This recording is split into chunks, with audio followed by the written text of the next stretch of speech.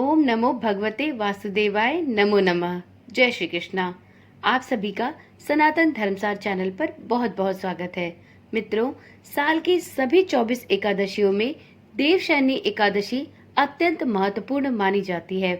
देवशयनी एकादशी का व्रत आषाढ़ माह में शुक्ल पक्ष की एकादशी तिथि को किया जाता है। ये तो आप सभी जानते होंगे कि हिंदू धर्म में एकादशी व्रत का विशेष महत्व माना गया है।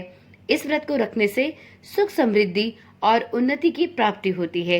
एकादशी के दिन जगत के पालनहार अर्थात भगवान विष्णु की पूजा अर्चना करने से सभी कष्टों से छुटकारा मिलता है। हर माह में 2 एकादशी तिथियां पड़ती हैं। आषाढ़ माह के शुक्ल पक्ष की एकादशी तिथि को देवशयनी एकादशी के नाम से जाना जाता है। धार्मिक मान्यताओं के अनुसार देवशयनी एकादशी के दिन से भगवान विष्णु निद्रा में चले जाते हैं, जिसे चातुर्मास के नाम से जाना जाता है।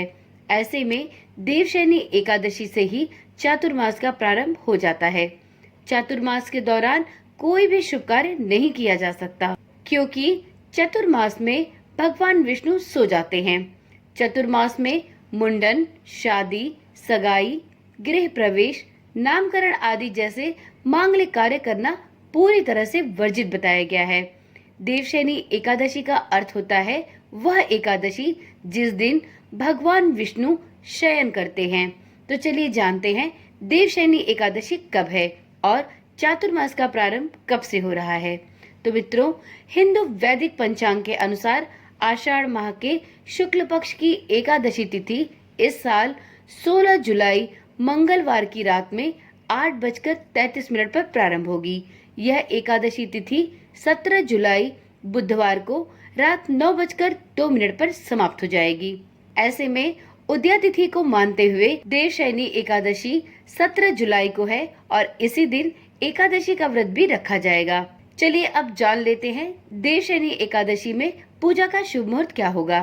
तो मित्रों, देवशयनी एकादशी व्रत के दिन पूजा का शुभ मुहूर्त होगा 17 जुलाई को सुबह 5:37 से। उसके बाद आप कभी भी पूजा अर्चना कर सकते हैं। वीडियो में आगे देवशयनी एकादशी व्रत के पारण का समय भी जानते हैं। तो जो लोग 17 जुलाई को देवशयनी एकादशी का व्रत रखेंगे वो 18 जुलाई गुरुवार को सुबह 5:35 से सुबह के ही 8:20 के बीच कभी भी अपने व्रत का पारण कर सकते हैं। मित्रों, देवशयनी एकादशी से ही चतुर्मास का प्रारंभ भी होता है। चतुर्मास की शुरुआत देवशयनी एकादशी के दिन से ही होती है।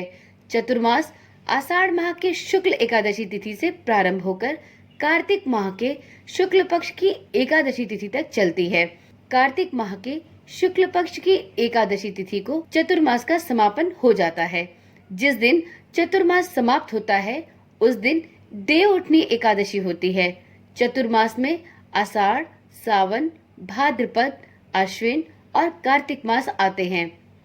ऐसे में चतुर्मास तिथियों से तिथियों की गणना करने पर 4 महीने का कुल समय प्राप्त होता है। चतुर्मास के शुरू होते ही भगवान विष्णु योग निद्रा में चले जाते हैं और वे सृष्टि के संचालन का सभी काम भगवान शिव को सौंप देते हैं। ऐसी मान्यता है कि इस दिन से 4 माह के लिए देव विष्णु शयन करते हैं और उनके स्थान पर भगवान भोलेनाथ सृष्टि का संचालन करते हैं। मित्रों, चतुर्मास का प्रारंभ होते ही शुभ कार्यों पर रोक लग जाती है। बहुत लोगों का यह प्रश्न होता है कि आखिर चतुर्मास में शुभ कार्य क्यों नहीं किए जाते।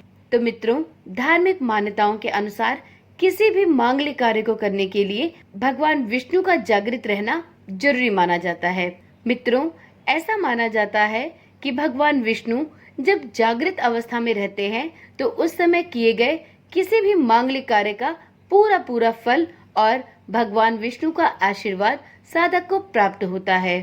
वहीं जब देव सो रहे हो तो उस दौरान आप कोई भी मांगलिक कार्य करें तो उसका पूर्ण फल आपको नहीं प्राप्त होता। साथ में भगवान विष्णु के आशीर्वाद से भी साधक वंचित रह जाता है। यही वजह है कि चतुर्मास के दिनों में विवाह, मुंडन, सगाई, उपनयन संस्कार तथा गृह प्रवेश जैसे मांगलिक कार्य नहीं किए जाते हैं और इन मांगलिक कार्यों का प्रारंभ चतुर्मास के समाप्त होने पर और देव उठनी एकादशी के प्रारंभ होने के बाद ही प्रारंभ होता है। तो चलिए मित्रों, आज की वीडियो में इतनी ही जानकारी। कल मिलते हैं एक नई वीडियो, एक नई जानकारी के साथ। और हाँ, यदि आपने अभी तक इस चैनल को सब्सक्राइब नहीं किया तो अभी से चैनल को सब्सक्राइब कर लें, साथ में नोटिफिकेशन बेल को ऑन करना भी ना भूलें, जिससे इस चैनल पर डाली जाने वाली सभी वीडियोस की सूचना आपके पास सबसे पहले पहुंचती रहे। ओम नमः शिवाय। जय श्री कृष्णा। राधे राधे।